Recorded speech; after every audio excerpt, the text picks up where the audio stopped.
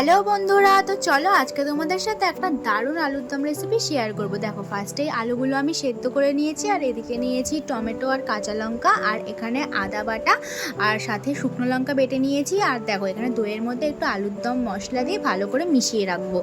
আর এদিকে কিন্তু কড়াইতে তেল দিয়ে আমি আলুগুলো খুব ভালো করে ভেজে নিয়েছি। তারপর দেখো, কড়াইতে তেল দিয়েছি, টমেটোগুলো দিয়েছি, দিয়ে একটু লবণ দিয়েছি, দিয়ে টমেটোটা ভাজা ভাজা হয়ে গেলে আমি ওর মধ্যে দিয়ে দিয়েছি ওই আদা শুকনো লঙ্কা বাটাটা দিয়ে খুব ভালো করে একটু ভাজা ভাজা করে নিয়ে তার মধ্যে দিয়ে দেবো হলুদ, শুকনো লঙ্কা, আর তার মধ্যে আবার দেবো জিরে গুঁড়ো, দিয়ে ভালো করে কষিয়ে নিয়ে ওর মধ্যে কিন্তু ওই দই আর আলুর দম মশলা যেটা মেশানো ছিল সেইটা দিয়ে দিয়েছি। দিয়ে নিয়ে খুব ভালো করে কষিয়ে নিয়ে দুটো কাঁচা লঙ্কা দিয়ে তার মধ্যে কিন্তু আলুগুলো দিয়ে দিয়েছি।